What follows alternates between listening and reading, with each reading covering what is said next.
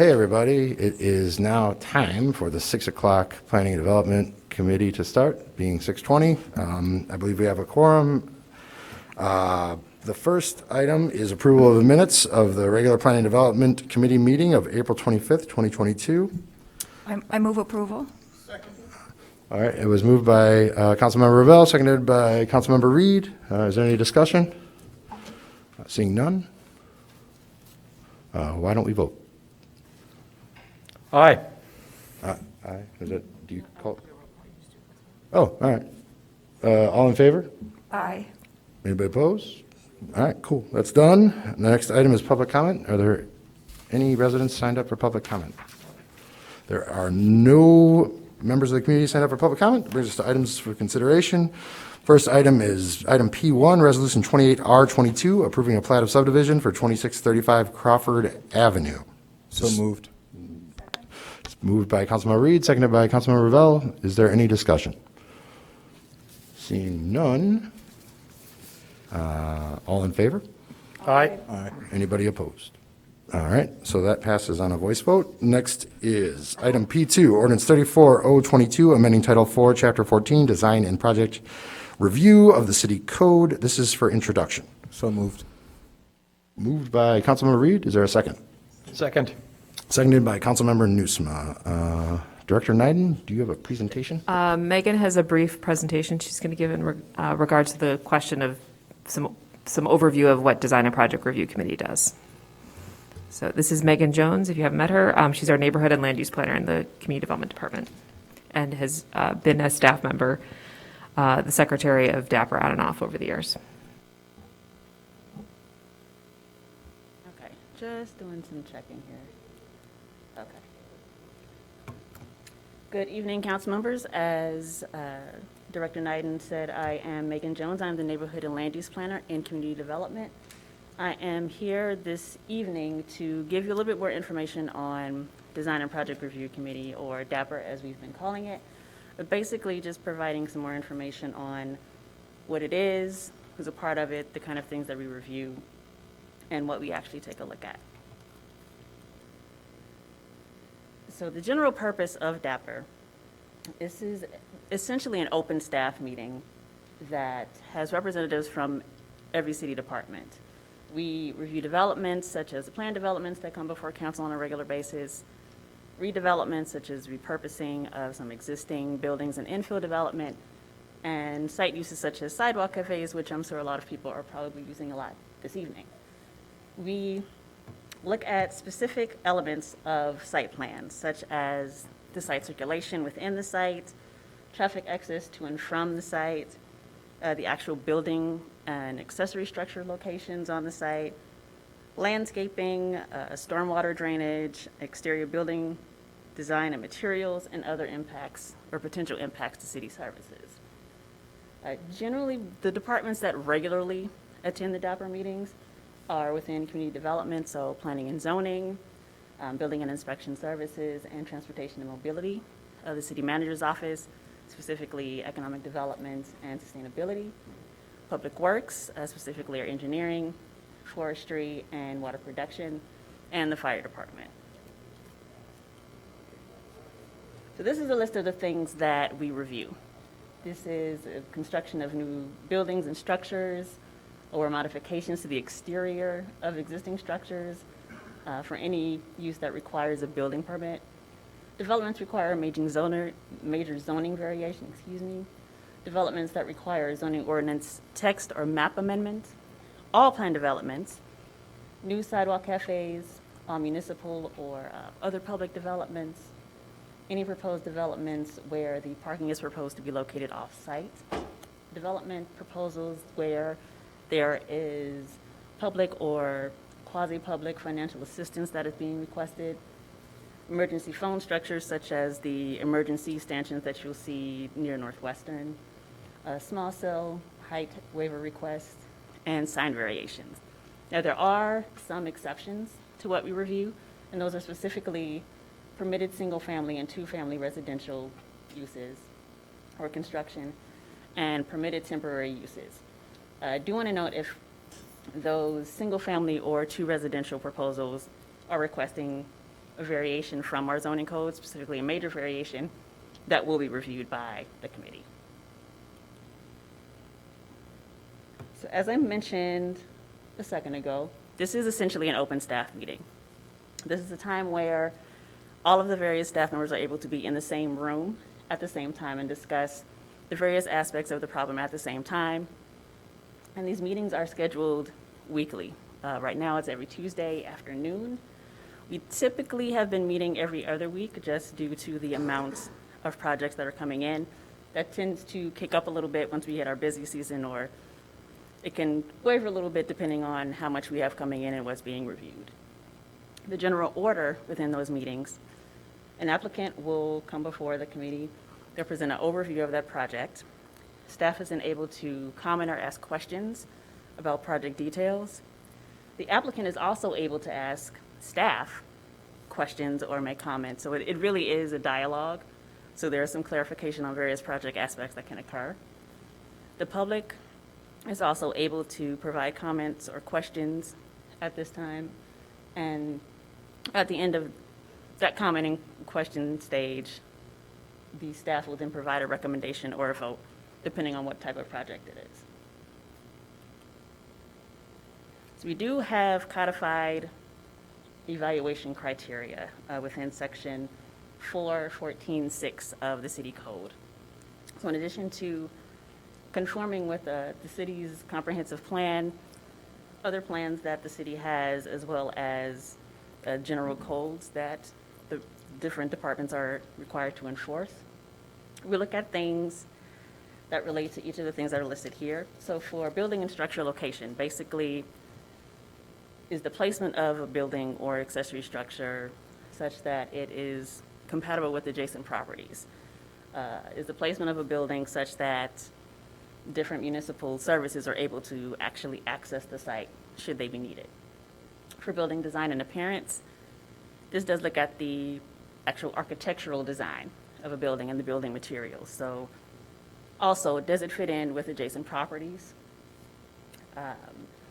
Is the building of a certain height, massing or scale that matches what is also in that block or in that general area?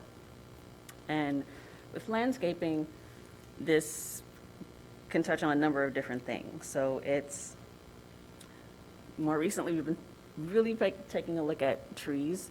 If it's a new construction, are the trees that will have to be cut down? Would it be trees that are replaced? For some of the general landscaping ideas, are the types of plantings that are being proposed such that they will be able to survive Midwest winters and Midwest summers. For graphics and signage, we're taking a look at the number of signs that may be proposed for a particular business or development, so we don't have too much clutter on a particular site. Also, so that it's incorporated into the general architecture of that particular building, and also so that it preserves the various sight lines that a site will need to maintain for safety. And this segues nicely into site circulation. This, we take a look at this to make sure that there is safe access for pedestrians, bicyclists, and vehicles. Basically, does the way the various items on that particular site are laid out such that we're minimizing potential conflicts between pedestrians, bicyclists, and vehicles. For parking areas and lots, this is taking a look at the actual location of those proposed parking areas, be they surface lots or within a garage. We also take a look at the various screening, be it plantings or some kind of like frosted glass or something if it's proposed to be in a parking podium, so that there's less impact for potential headlights or things of that nature.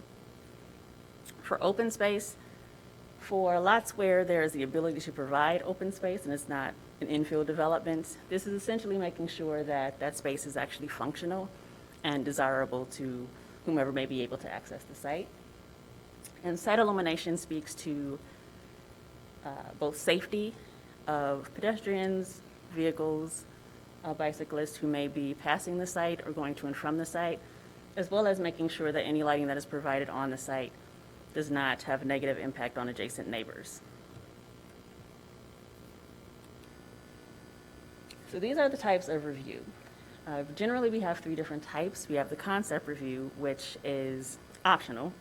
This happens at the initial design stage of a development and is before a formal application is actually submitted.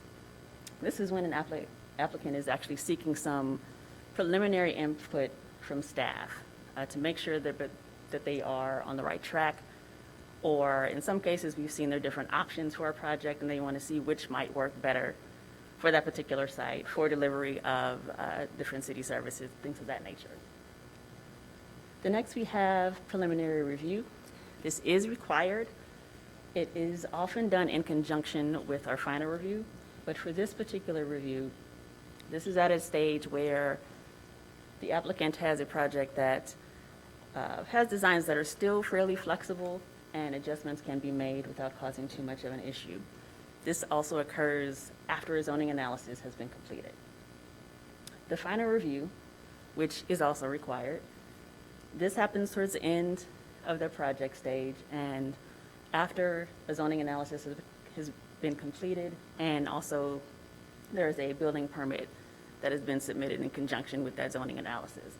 This really is that final stage where the applicant is trying to make sure that what they are proposing meets the codes and the various regulations and guidelines that the city has. The committee is the determining body, the determining body for preliminary and final review, which, as I mentioned, are done typically together. It provides recommendations to the Land Use Commission for items such as planned developments or other projects that might be seeking a special use or a major variation from the code. So go through a quick example of an easier review that we've done. What's on the screen now is the sidewalk cafe plan for Poor, which recently opened on Dempster. So we took a look at a number of different aspects of the plan. So the first item, availability of sidewalk width for pedestrians to pass through. This is for people who may not be customers to the site, that are just passing by the restaurant, but also needs to have enough space for individuals who may be in wheelchairs, someone who may be pushing a stroller, things of that nature. We also look at potential site conflicts. You might not be able to see it, but at the bottom left portion of the screen, we have a proposed movement of an existing bike rack. So this is essentially to make sure that, as I mentioned with the space to pass through above, we want to make sure that those who are actually at that particular cafe have space to maneuver in and out of that space, push their chairs back, and not have a potential tripping hazard or to damage bikes that might actually be using those bike racks at the time. As we were reviewing this particular plan, we also noticed in looking at a Google Street View that the tree that is located near the site actually has a raised planter. So that actually introduced another thing that we wanted to take a look at to make sure, again, that there were no tripping hazards or potential conflicts with those customers of that particular cafe. We looked at material of the barriers as well. For some sidewalk cafes, there might not be an actual barrier, especially if it's a smaller sidewalk and you have the tables and chairs that are a little bit closer to the building. But this takes into account how that particular barrier might be secured to the space, if it will be moved consistently or if it's intended to be there permanently. We also looked at the spacing of the seating. Now, this was something that was really coming into play earlier on in the pandemic when we were attempting to have businesses open and have customers, but we also wanted to make sure we had spacing that kept customers safe. So this was partially revisiting that, but then also to make sure that we can get in adequate seating for customers and have a pretty good amount of tables and chairs for the actual restaurant.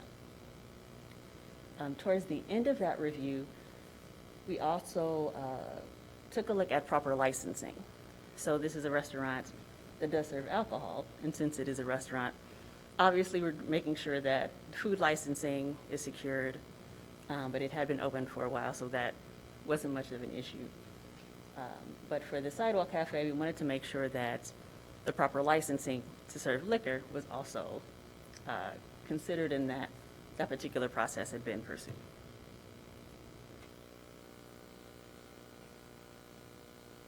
So a little bit more information on Dapper.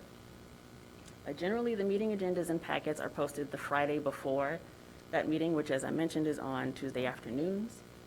And that is posted on the city's website on the Dapper landing page. We do try to notify the council members of items that are within their ward that'll be on that agenda.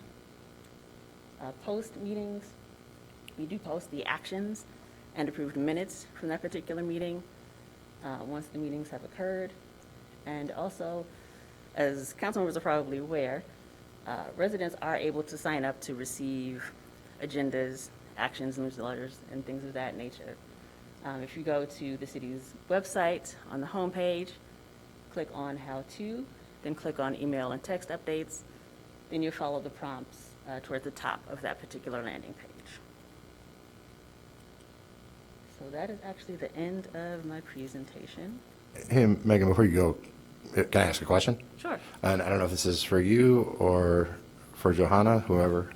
Is there any reason why everything that you just described can't be accomplished without everyone meeting on Tuesday afternoons? Can this be done through some sort of collaborative document? Can everybody who wants to get the Dapper actions sign up and have the ability to comment without everyone having to come to a meeting on a Tuesday afternoon? Well, I think generally with regards I mean, to public or staff? I'm saying for everyone, right? Like, if we talk about all the departments that look at everything, we talk about residents who want to be aware of what's happening and provide input. Is there a way that we can accomplish that without having everybody have to meet contemporaneously on a Tuesday?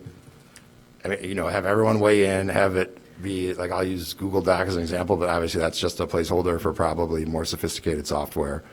Have a collaborative document and have everyone weigh in, have residents be able to be aware of what's happening and provide input, have people whose developments these are get the guidance that they're seeking, and have it all happen without having everyone have to meet on a Tuesday afternoon.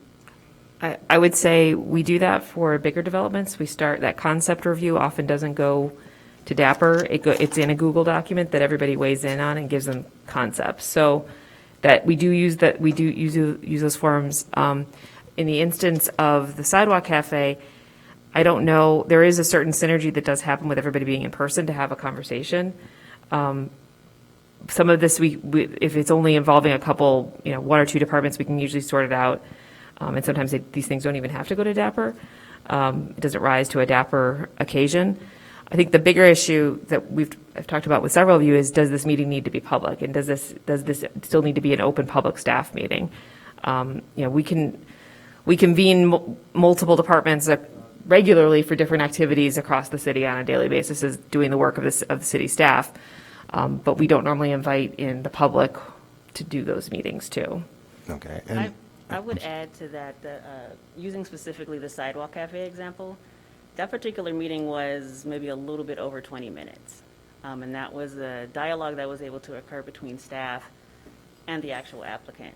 If the applicant were to seek out each individual department or staff member, that would take a little bit longer. Well, I wouldn't be, in this proposal, I'm not looking for applicant staff to chase 12 different departments. There'd be like a one-stop place for that all to take place. Because, there's still public meetings after this at land use, this committee, and then at city council for projects. So it's not like things would be going without public meetings in the traditional sense that we're accustomed to. What I'm seeking here is a more efficient way to handle this, if there is one, for residents who have concerns about developments that aren't their development but are near their homes, they've found that Tuesday afternoon is a inconvenient time. So I'm also trying to find a way to accommodate their concerns and maybe allow for a normalization of their input rather than being in traditional public comment format, but to be submitted in writing and included as part of the analysis. So your answer is So- yes, Y- no? Oh, yeah, so we can do that, like, we had already been working on a new landing page for development in Evanston. So people regularly want to have updates on things. There's the longer range plans, like the plan developments that people want to know what's happening. So we have a page dedicated to that, but there's minor variances, all the things that Megan went through that we could create a landing page for with a click, submit your comments. Because right now, it isn't really the greatest outcome if people have to take time out of their day to come to a city staff meeting. Also setting the expectation that the comments that it's still it's a staff meeting. So we're still going to move the project forward. The perception that there is something that could happen that this would stop at staff, sometimes people think that there's an opportunity to stop. And I think that's an unfortunate outcome that people think if they show up and they say that that's democracy. I'm here, my voice is heard, something will change. I usually explain at the beginning, if there's members of the public, this is an open staff meeting, this project will move forward, you can contact your alderman, you can attend the land use commission, like there's other options for you, but this will move on. So, but that I can see as a resident, that would be very frustrating nonetheless. Right, and I presume that there's various groups that are involved in a lot of these. I'm thinking particularly like Bird Friendly Evanston would always want the opportunity for input at the earliest stage possible. I'm sure there's others. That one just comes to mind. So like still preserving that is important, but I just wonder if the goal here is to find a more efficient way to move things along and still come to like traditional public bodies for discussion. And that's when residents who are seeking to stop something. I would say the meetings, the one that Megan just spoke of, there was no public comment at. And while as planners, we encourage and want to have community engagement, this may not be the most appropriate moment to have that community engagement because most of you, for big developments or things that might draw out community members, you have a community meeting or a neighborhood meeting, or you have some activity that brings out members of the public to talk. The city staff meeting is not necessarily the best time for that or venue for that. There's other opportunities. So there's nothing in the code presently that requires us to have an open public meeting. Special events, Board of Local Improvement, those are all city staff committees that make recommendations and move things forward. They don't have public staff. At some point, predating me, maybe even predating Megan, this was convened as a public staff meeting. So putting the proverbial genie back in the bottle at the direction of the council, we could work through something if that is what is desired. But this is, we're sort of here's where we are in 2022 with what we've gotten. And additionally, as a little bit more information on that, the 2000 comprehensive plan, which I guess is 22 years old, it also specifically calls out the need to have some kind of review body for design elements and architectural elements within the city. So that's something that is called out, and it would be useful to still have some kind of consistent date that people can carve out of their calendars to attend and provide comment, because it can be a little difficult to chase down a lot of different staff members, and not just staff members, but generally speaking for other boards and commissions. If there's a standing calendar and they can expect to have some kind of gathering of the minds, that's very useful to have. Okay. So. All right, Councilmember Reed, then Councilmember Nguyen. I will, Councilmember Nguyen, if you want to go first, and then I'll go. Sure. Yeah, thank you. Sorry, Chair. Thank you. I've been thinking about this quite a bit since this came forward, and I do see that, I've attended a number of DAPR meetings over the years, and I see the synergy and value of having the staff meet together, to discuss something simultaneously. But I also do think that the public has sometimes misconstrued what their impact is at DAPR and what the DAPR outcome means, and conflated it with, before this, it was the Plan Commission or ZBA, and now it's the Land Use Commission.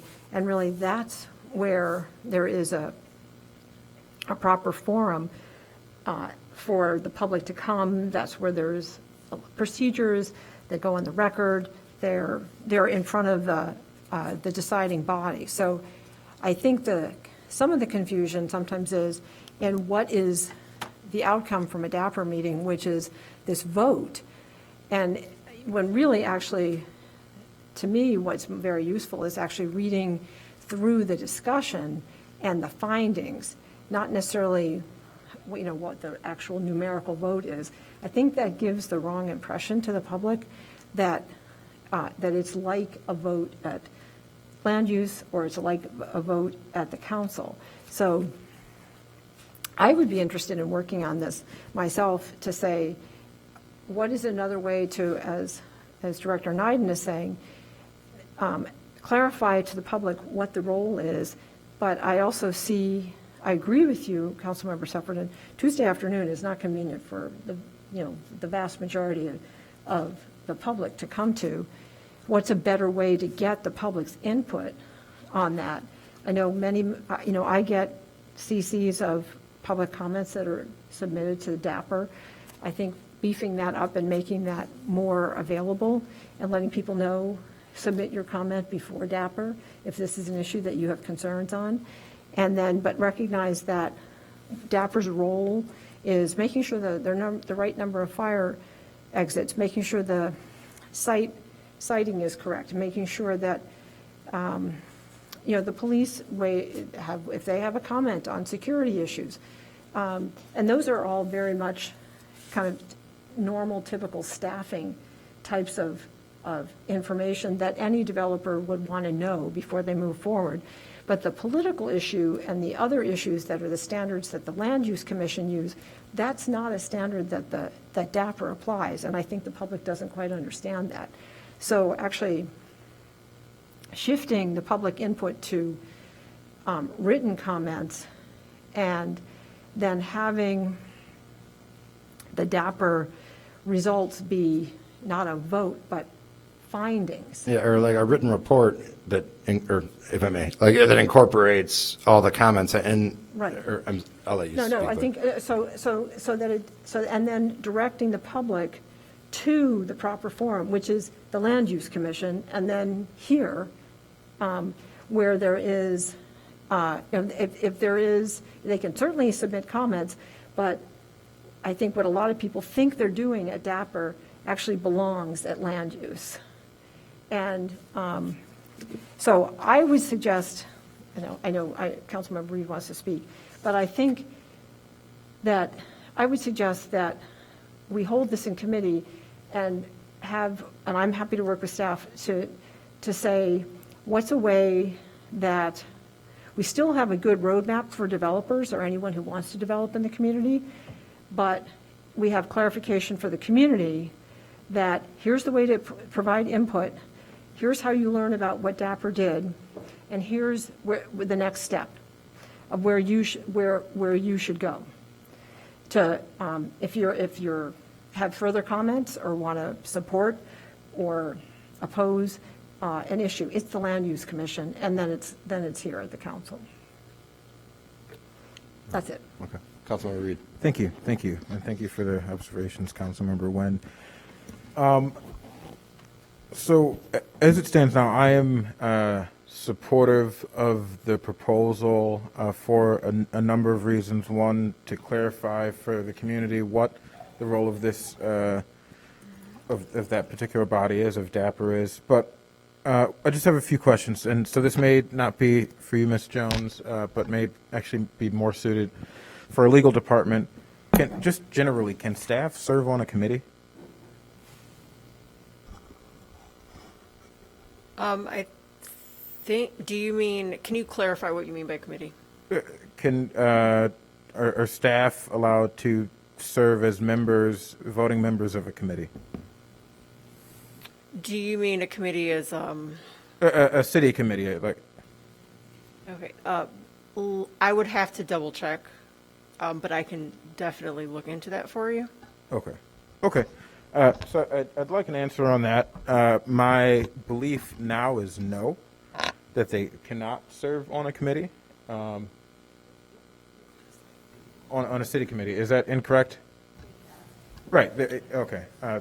Former corporation counsel, and maybe we'll let Ms. Johnson if you have anything new. No. Yes, but you would have to let me know if this answers your question. Okay. So staff can attend committees that are a function of city council, but they can't vote at the committees. Okay. So if that's the type of committee you're referring to, does that answer your question? Yeah. So staff cannot serve as a voting member of a committee that reports to city council, which essentially every committee, there's a subcommittee of council and they report to council. So one, just staff can't serve on a committee, so the fact that this would, I get that we're saying this isn't necessarily a committee, and it's almost like a staff committee and a task force that just combines various minds, that's totally fine. I think the note that Councilmember Nguyen was making, that the committee maybe should stop the practice of voting and should make findings as opposed to, voting on a matter, I think makes sense under that context. But my next question is there any other, and also I believe in the residents getting an opportunity for feedback and to have communication and share feedback, but the presentation that I just saw seems more like an administrative function. Is that a correct understanding, that it's not, unlike this body which is legislative, that body seems purely administrative? Is that correct? In many ways, it really is. Like, there's not a whole lot of subjectivity there. It's just, does this comply with the law? Does it not comply with the law? Right? Generally speaking, we may provide suggestions on how something may be altered to better meet guidelines or regulations that exist. But it generally is, does this meet the code? Does this meet various requirements from different departments and their disciplines? So, so it's an administrative body that performs a perfunctory, if you will, administrative duty, making sure things check boxes. Can anyone give an example of again, community input is great, but can someone give another example of a committee or a staff structure where it functions similar to DAPR? Yeah, I would say Dave's probably going to get up and say Board of Local Improvements. If I could jump in right there on that one, Board of Local Improvements is mandated by state law. And as the former clerk, I sat on that, so I know that it's mandated by state law. It has to be public. It's not quite the same. And there is a bit of, they appropriate funds to something. It isn't just purely administrative. But staff sits on that, right? But staff sits on it. But because it's allowed by state, it's specifically prescribed by state law. Well, and then there's Special Events Committee, where a vote is taken. I believe, is a vote taken at special events? It was when. I think there's a vote taken at special events. I don't know. That's a Parks and Rec? Yeah, there is. It's the same thing. It's effectively the same thing as DAPR, but for events. You have representatives from different departments who weigh in on different activities. Okay. So then that might also be a committee that we need to look at, because if they're taking votes, and if it is the interpretation of our law department that a committee can't, that is reported. So let me just, for clarification. So that's why I asked you what type of committee you were referring to. So DAPR isn't a board, commission, or committee in the sense that it is an extension of city council. So that's why I was asking what type of committee you're referring to. If it's a staff committee, then although the colloquial term that we would use would be committee, it's not the same legal entity as would be a committee that is an extension of city council. Okay. I wonder what makes, I don't want to get too deep into the legal of that. That may not be the most important thing. I think, although I would say this committee does straddle the line, it seems like it sends recommendations up to this body and to other bodies. It seems like it plays the role of a body that I think most in the community, developers would all interpret as an extension of the city council, given that, folks are always kind of told, like, this is your first stop. I'll wrap up here. I support the proposal. I think that we can provide community input, although, again, on something that's perfunctory, the community input really comes to this body on just changing the laws that you all are kind of looking at and just ensuring that everything meets the check boxes. So I think there's a way that we can achieve that without creating confusion in the community about whether or not this is a committee, what the powers and duties of this committee are, and still have the function. Thank you. Councilmember Newsma. Thank you, Mr. Chair. Personally, I'm not hung up on the word committee. Call it the DAPR staff meeting. That accomplishes the same thing. But I think we have to remind ourselves, what is the problem we're trying to solve here? And I think Councilmember Suffredin said that if I could paraphrase, we're trying to make this easier and more efficient, both for applicants and for residents. Is that kind of the issue, simply stated? And I think there's also, and this is a city manager issue, but there's probably an allocation of staff time and resources that could be done more efficiently with a different setup. I would defer to. Yeah, well, here's my staff take on figure it. that out. I think from the perspective of applicants, having everybody in the room at the same time is probably far more efficient than asking that person to wait in line to talk to 5 different departments over who knows how many weeks. So I think in terms of efficiency from the applicant's perspective, the current arrangement makes sense. Sorry, I just want to jump on that.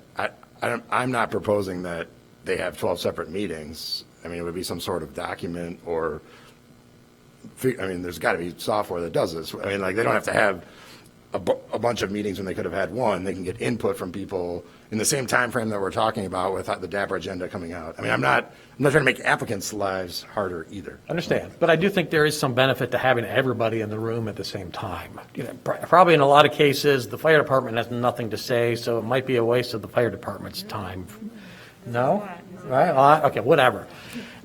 And I think there's no scenario where we don't want the fire department involved as I early was as just possible. invoking them as an example. So every particular meeting might not be the input of every particular attendee at every meeting might not be needed, but having everybody in the same room to get that synergy, I think that makes a lot of sense. I think from the residents' perspective, Tuesday afternoon, probably not a good time. So if we could open that up to some kind of online feedback, I think that makes sense. In the terms of, in interest of transparency, I do want to make sure that the community is aware of issues that are coming up for review and has the opportunity to weigh in. But I think it's important to make that distinction between a committee vote or a committee findings and comments here. And maybe if we move away from the term vote, as you've suggested, it's not as if everyone else approves it and the fire department says no, well, he loses and it moves on. Like that's not the intent, right? It has to check every box. It's not just a majority of the boxes. So the concept of voting really doesn't apply, doesn't make sense. And so, from DAPR, a recommendation or findings would be delivered to the Land Use Commission. So making that distinction, I think, would be important. And whether or not it makes sense to have everybody in the room at the same time, I would defer to the city manager on that, or the department director, whatever makes the most sense in terms of staff time. That's not a question that I feel I'm qualified to answer definitively from the dais, but it seems to me to make sense to have them all in the same room at the same time. If another arrangement gets the job done, not opposed. Councilmember To the extent that perhaps an applicant is going to be attending one of these meetings, it would seem reasonable to try to actually have a DAPR meeting as opposed to everybody using a Google Doc to provide their input. And I do think there probably is some back and forth between staff members that's helpful for the discussion.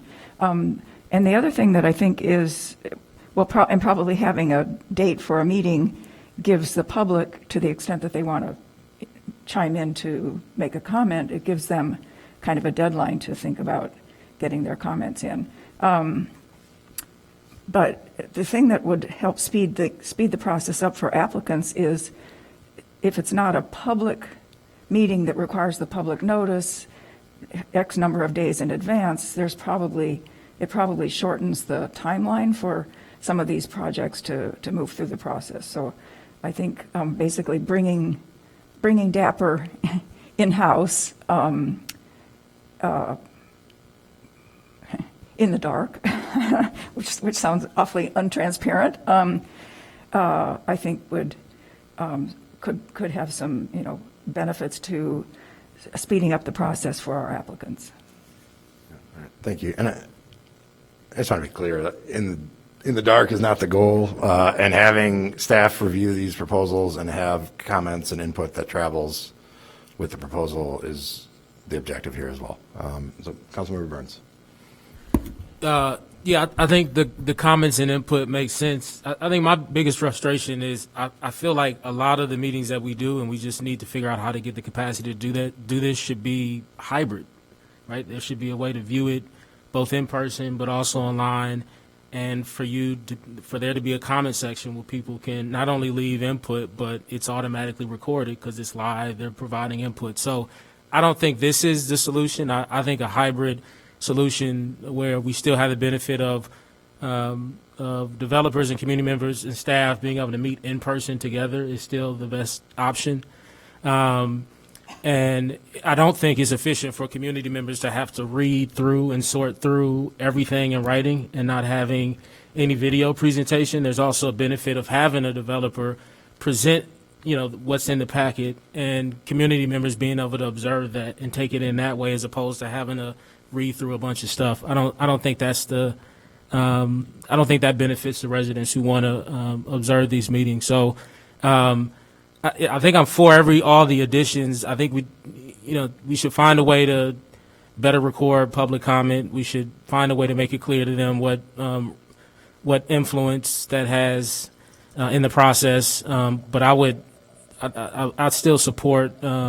I still see a benefit in in-person meetings. I don't think we should take that away. All right, is there any further discussion? Seeing none, I'm going to go ahead and have us vote on this with the understanding. I know Councilmember Winnie, you expressed concerns and that this isn't a baked product, and we can make amendments at council, but I'd like to vote on it tonight.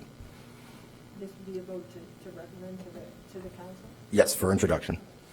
And this is to do away with DAPR as it exists today, correct? Yeah, but I'm open to an amendment incorporating the items from this discussion. I mean, I don't think, I don't think having the fire department not look at stuff is the way we want to go. No, that's I don't think an in-person meeting at 2 o'clock on every Tuesday, regardless of what else is going on, is necessarily the best way.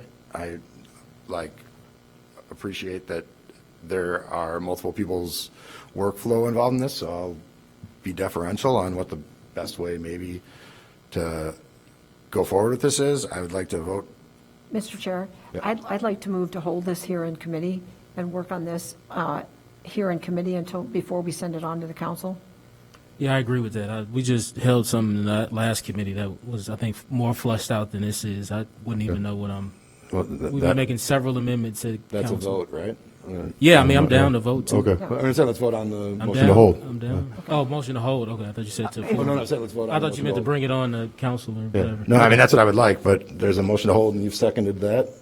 Or unless, so holding it is just till the very next meeting. Did you want to table it I to think we have to table it. a I think fir- that's a the- little bit further? Only Councilman To Reed allow is them coming time. on Yeah, and because say. I don't think we'll be able to work on it before the next council meeting, get all of the work done. I would say then, You're withdrawing your motion to hold and we'll talk about Right. table? yeah, I would like to hold this until the first meeting in June. Table this. I don't think we can hold Excuse me, it. I would table it to the first meeting in June, thank you, which is June 13th. Okay. Second? All right, that's been moved and seconded. Is there any discussion there, or should we go ahead and have a roll call vote on that? Yeah. All right. Councilmember Kelly? Councilmember Wynn? Aye. Councilmember Newsma? Aye. Councilmember Suffredin? No. Councilmember Burns? Aye. Councilmember Ravel? Aye. Councilmember Reed? No. All right, so this is tabled until the first meeting of planning development in June. Is that correct? Yes, that's correct. Okay. Our next item is item P3, ordinance 43022, granting a special use permit for a cannabis dispensary at 1804 Maple Avenue in the RP Research Park District. This is for introduction. Move approval? It's been moved by Councilmember Wynn, seconded by Councilmember Ravel. Is there any discussion? All right. I'm just curious. Hit the light, dude. Oh, yep. Councilmember Reed. Yep. Who's staff on this? Everybody's leaving the room. No, I have, what's your question? Okay. Thank you. I forget, you are the I am still primary here. staff, yes. And the applicant is on the Zoom, so. Yeah. This is the current cannabis dispensary. No This is questions, just- thank you. Current operator expanding operations. Yep, no questions, thank you. Well, congratulations on your expansion. I'll say that, and thank you for bringing in more revenue for us. Congrats. All right, so we need to vote on this now. This is on item P3. All in favor? Aye? Any opposed? All right, so that item passes. That brings us to items for discussion. There are none. That brings us to items for communication. Also none. And we are adjourned.